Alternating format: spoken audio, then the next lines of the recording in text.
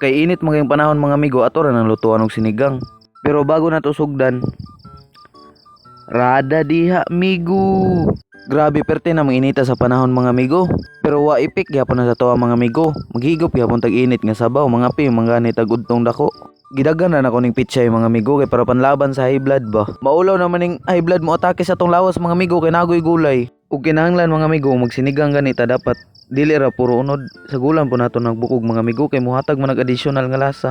Wala ta nagsito-sito mga amigo ha, pero base ra na sa tong experience mga amigo kay nagluto pud ba ako na panagsa. Dili ra po kay na siya mahal mga amigo kay sagol man bukog. Mas dagan pa man atong pitsay mga amigo kaysa sa atong karne.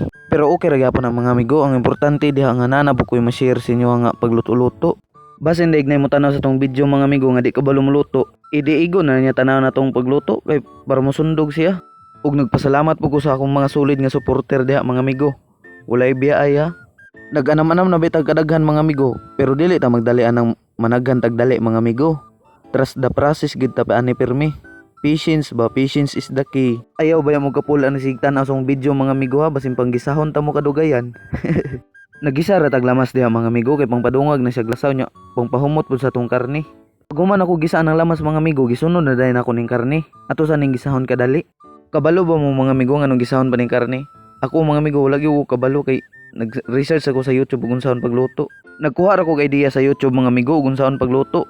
Kay dili ba ita suito tanan sa luto mga amigo no? Yes. Paguman ako gisa kadali sa karne mga amigo, ako na din ang gibutangan og tubig kay palatan pa man nato na. Gidagan na ako ning tubig mga amigo, isa ka pitsil kay duha man ni kabulan nato ni palatan eh. Naglisod ng og taklob ani mga amigo kay daghan ra day kayong tubig. Unya gamay man kay atong taklob mga amigo, pero gipangitan gyapon nato nagparaan, bahala na nagmanglutaw ng taklob di ay. O gusto gay ka nga malapot imong sabaw mga amigo, karlang ray sekreto diha, mao man ay isa sa makapalapot mga amigo.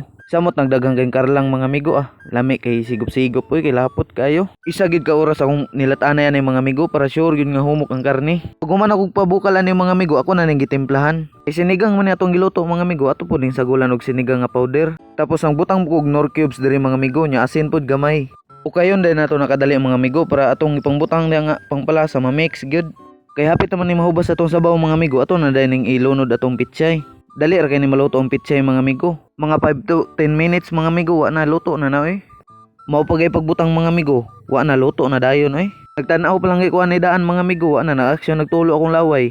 Bilib gyud kay kusong kaugalingon mga amigo, samot nagluto-luto. Basta nagay kay self coincidence mga amigo, lami gyud nimong luto permi. Mga on dayta ninyo mga amigo.